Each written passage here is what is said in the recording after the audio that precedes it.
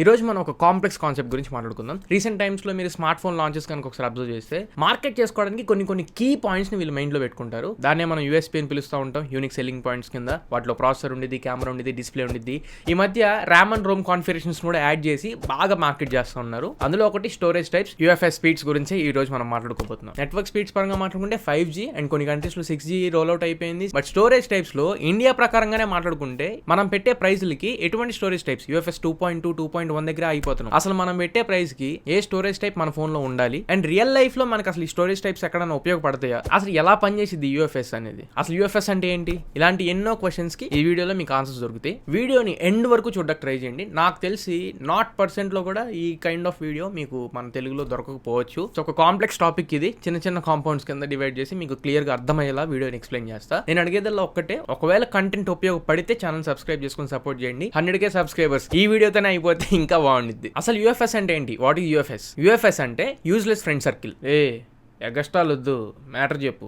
Joke చేసా bro, just joke అంతే. UFS అంటే యూనివర్సల్ ఫ్లాష్ స్టోరేజ్. ఈ యూనివర్సల్ ఫ్లాష్ స్టోరేజ్ ఇంతకు ముందు ఉన్న SD కార్డ్స్ ని, మైక్రో SD కార్డ్స్ ని eMMC కార్డ్స్ అని చెప్పని ఉండే. వీటిని రీప్లేస్ చేయడానికి ఇన్బిల్ట్ ఫోన్ లో ఎటువంటి కార్డ్స్ ఏమీ లేకుండా ఇంటర్నల్ స్టోరేజ్ కోసం తీసుకొచ్చారు.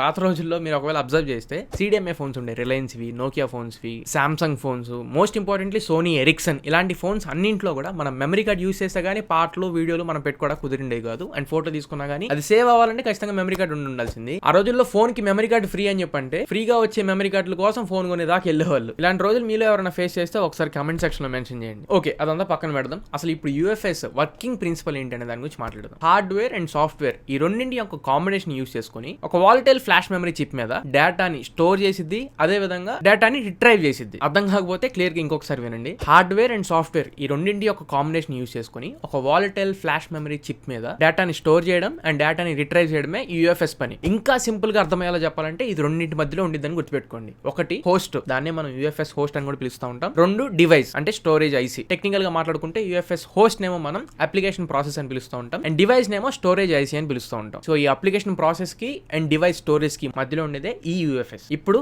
అసలు మ్యాటర్ మాట్లాడుకుందాం. యూఎఫ్ఎస్ స్పీడ్స్ రియల్ లైఫ్ లో నా చేతిలో ఫోన్ పెట్టుకున్నప్పుడు నాకు ఏ రకంగా ఉపయోగపడుతుందని మాట్లాడుకుంటే, ఎనీ టాస్క్, ఏ డేటా ట్రాన్స్ఫర్ టాస్క్ అయినా లేదా ఏ ఆన్ బోర్డ్ టాస్క్ అయినా కానీ డైరెక్ట్ గా యూఎఫ్ఎస్ మీద డిపెండ్ అయి ఉంటుంది. ఎగ్జాంపుల్, మీరు ఫోన్ లో వాల్ పేపర్ చేంజ్ చేసుకునే దగ్గర నుంచి ఫోన్ లో యాప్ ఇన్స్టాల్ చేసే స్పీడ్ వరకు, నేను యాప్ డౌన్లోడ్ చేసే స్పీడ్ అన్నట్ల యాప్ ఇన్స్టాల్ చేసే స్పీడ్ వరకు, అండ్ హెవీ గ్రాఫిక్స్ ఉన్న ఏ యాప్ ఓపెన్ చేయాలన్నా, ఏ గేమ్ ఓపెన్ చేయాలన్నా ఆ లోడింగ్ టైం వరకు ఎవ్రీథింగ్ ఈ యూఎఫ్ఎస్ స్పీడ్ మీద డిపెండ్ అయి ఉంటుంది. రియల్ లైఫ్ లో మాట్లాడుకుంటే ఇప్పుడు ఫోన్ లో మీరు మై ఫైల్స్ లో ఒక ఫోల్డర్ నుంచి ఇంకొక ఫోల్డర్ లోకి మీరు ఫైల్స్ ని కాపీ చేసుకోవాలనుకున్నా, ఇమేజెస్, వీడియోస్, డాక్యుమెంట్స్ ఏవైనా కానీ కాపీ ఆర్ మూవ్ ఏది చేయాలనుకున్నా కానీ ఫాస్టర్ స్పీడ్స్ ఉండాలంటే యూఎఫ్ఎస్ స్పీడ్ ఉండాలి. రెండు ఎగ్జాంపుల్, మీరు కెమెరా యాప్ యూస్ చేస్తున్నారు. ఒక ఫోటో నేను క్యాప్చర్ చేశా, లేకపోతే ఒక వీడియో నేను క్యాప్చర్ చేశాను, 4Kలో 60 FPS లో పెట్టుకుని క్యాప్చర్ చేశాను. అది ఎప్పుడైతే వీడియో రికార్డింగ్ పాజ్ చేశానో ఆర్ ఎండ్ చేశానో అది వెంటనే స్టోరేజ్ లో మనకి సేవ్ అయిపోవాలి. ఆ ఫైల్ సేవ్ అవ్వడానికి తీసుకునే టైమ్ అండ్ వెంటనే మనం ఓపెన్ చేయగానే ప్రివ్యూ మనకి వెంటనే చూపించే టైం, ఇది మొత్తం కూడా యూఎఫ్ఎస్ మీద డైరెక్ట్ గా డిపెండ్ అయి ఉండేది. ఒక ఫోటో క్యాప్చర్ చేసినా, వీడియో క్యాప్చర్ చేసినా. మూడు, మెమరీ మేనేజ్మెంట్. ఇంటర్వ్యూ మెమరీ అనగానే ర్యామ్ కాన్ఫిగరేషన్ కదా, స్టోరేజ్ టైప్ ని ఇంక్లూడ్ చేస్తున్నారండి అనుకుంటారేమో. ర్యామ్ తో పాటు స్టోరేజ్ టైప్ కూడా డిపెండ్ అయి ఉండేది ర్యామ్ మెమరీ మేనేజ్మెంట్ లో. రీసెంట్స్ లో ఎన్ని టాస్క్స్ ఉన్నా గానీ ఆ టాస్క్ ఓపెన్ చేయగానే వెంటనే ఆ యాప్ లోడ్ అవ్వాలి కదా, మెమరీలో ఉంచుకునేంత వరకు కూడా RAM configuration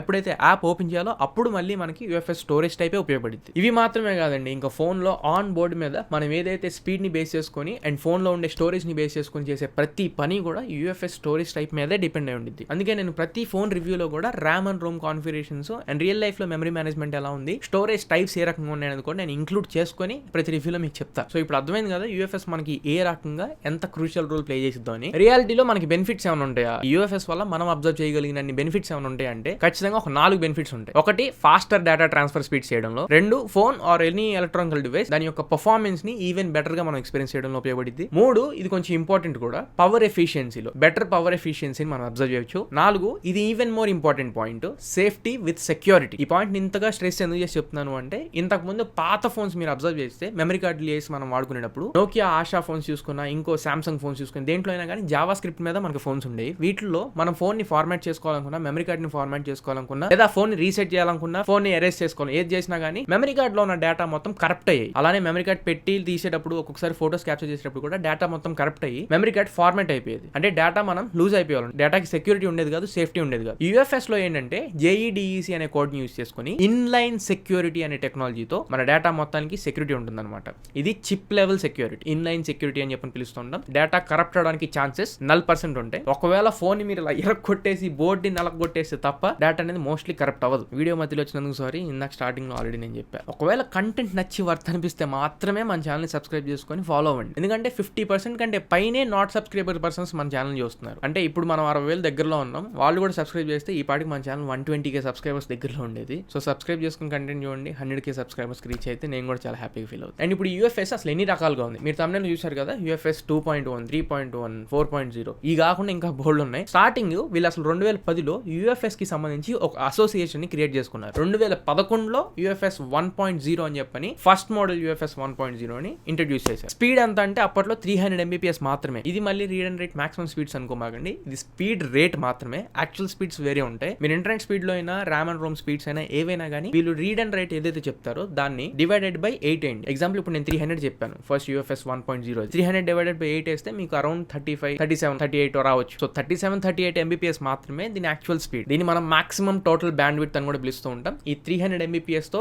UFS 1.0 maximum total band width తో వచ్చింది. మళ్ళీ 2016లో UFS 2.0 తో 1200 Mbps తో మళ్ళీ వీళ్ళు ఎంట్రీ ఇచ్చారు. తర్వాత 2018లో UFS 3.0, 3.1 వచ్చింది. స్పీడ్ 2900 Mbps తీసుకుని వచ్చారు. నెక్స్ట్ జనరేషన్ UFS అదే UFS 4.0 2022 ఆగస్ట్ లో 5800 Mbps స్పీడ్ తో UFS 4.0 లాంచ్ చేశారు. ఇప్పుడు currently latest UFS speeds UFS 4.0 అనే చెప్పాలి. అర్థమైంది కదా. ఇందాక UFS 2.2 ని నేను ఎందుకు స్ట్రెస్ చేసి చెప్పాను అంటే ఇప్పుడు మనం 3 క్లాసెస్ గా దీన్ని డివైడ్ చేసి మాట్లాడుకుంటే క్లీజ్గా అర్థమైపోయింది. ఒకటి entry level phones, 2 mid range phones, 3 high end phones. Entry level phones ఏవైతే ఉన్నాయో దాంట్లో UFS 2.0, UFS 2.1, UFS 2.2 ఏదైనా కానీ ఎంట్రీ లెవెల్ ఫోన్స్ లో ఉంటేనే బెస్ట్. బేసిక్ 10,000 రూపాయల్లో కూడా మీకు ఇదే ఉంటుంది. ఇప్పుడు UFS 2.2 ని మనం 25,000 రూపాయలు పెట్టినా గానీ అదే ప్రైస్ కి తీసుకొస్తున్నారు. 2 mid range phones. Mid range phones లో minimum UFS 3.0, UFS 3.1 storage types ఉంటే బెటర్. మిడ్ రేంజ్ అంటే 20,000 నుంచి 25,000 రూపాయల ప్రైస్ పాయింట్స్ లో వచ్చే ఫోన్స్ అని మనం మిడ్ రేంజ్ కింద కన్సిడర్ చేసుకుంటాం. ఇప్పుడు నాట్ C4 ఉంది. Not C4 UFS 3.1 storage type తో వచ్చింది. అన్ని డిపార్ట్మెంట్స్ ని టిక్ చేసింది. అండ్ 25,000 లో మనం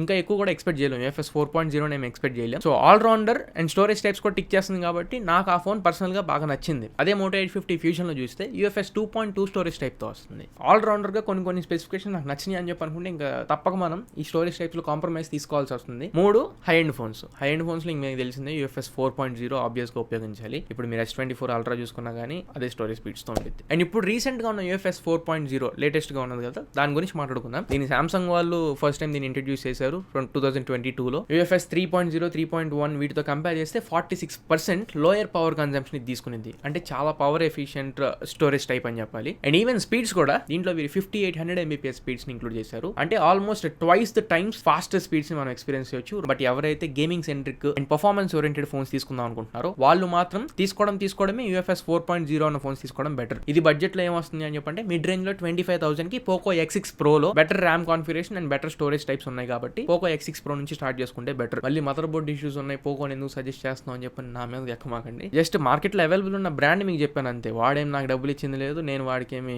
ఇదేం చుట్టాన్ని కాదు. పర్ఫార్మెన్స్ ని అండ్ గేమింగ్ ని మాత్రం మైండ్ లో పెట్టుకునే వాళ్ళు అనుకుంటే, మళ్ళీ టాస్కింగ్ వీటన్నింటిని అనుకుంటే మాత్రం స్టోరేజ్ టైప్ కొంచెం ఇంపార్టెంట్. దాన్ని కూడా మైండ్ లో పెట్టుకొని మీరు ఫోన్స్ ని పర్చేస్ చేసుకోవచ్చు. జస్ట్ ఫర్ స్టోరేజ్ టైప్ అయితే అప్గ్రేడ్ అవ్వాల్సిన అవసరం ఏమీ లేదు, మీరు మరీ ఓల్డ్ డివైస్ యూస్ చేస్తే తప్ప. సో ఇది ఫ్రెండ్స్ ఓవరాల్ గా యూనివర్సల్ ఫ్లాష్ స్టోరేజ్ UFS కి సంబంధించి కంప్లీట్ ఇన్ఫర్మేషన్. ఈ వీడియో మీకు నచ్చింది అనుకుంటున్నాను, ఖచ్చితంగా ఉపయోగపడింది అనుకుంటున్నాను. నచ్చినట్టు లైక్ చేయండి, మీ ఫ్రెండ్స్ అందరికీ షేర్ చేయండి. మళ్ళీ ఇంకొక మంచి వీడియోతో మంచి క్వాలిటీ కంటెంట్ తో మీ ముందే తిరిగి వస్తా. Until then this is your Tarun signing off now friend. జై హింద్.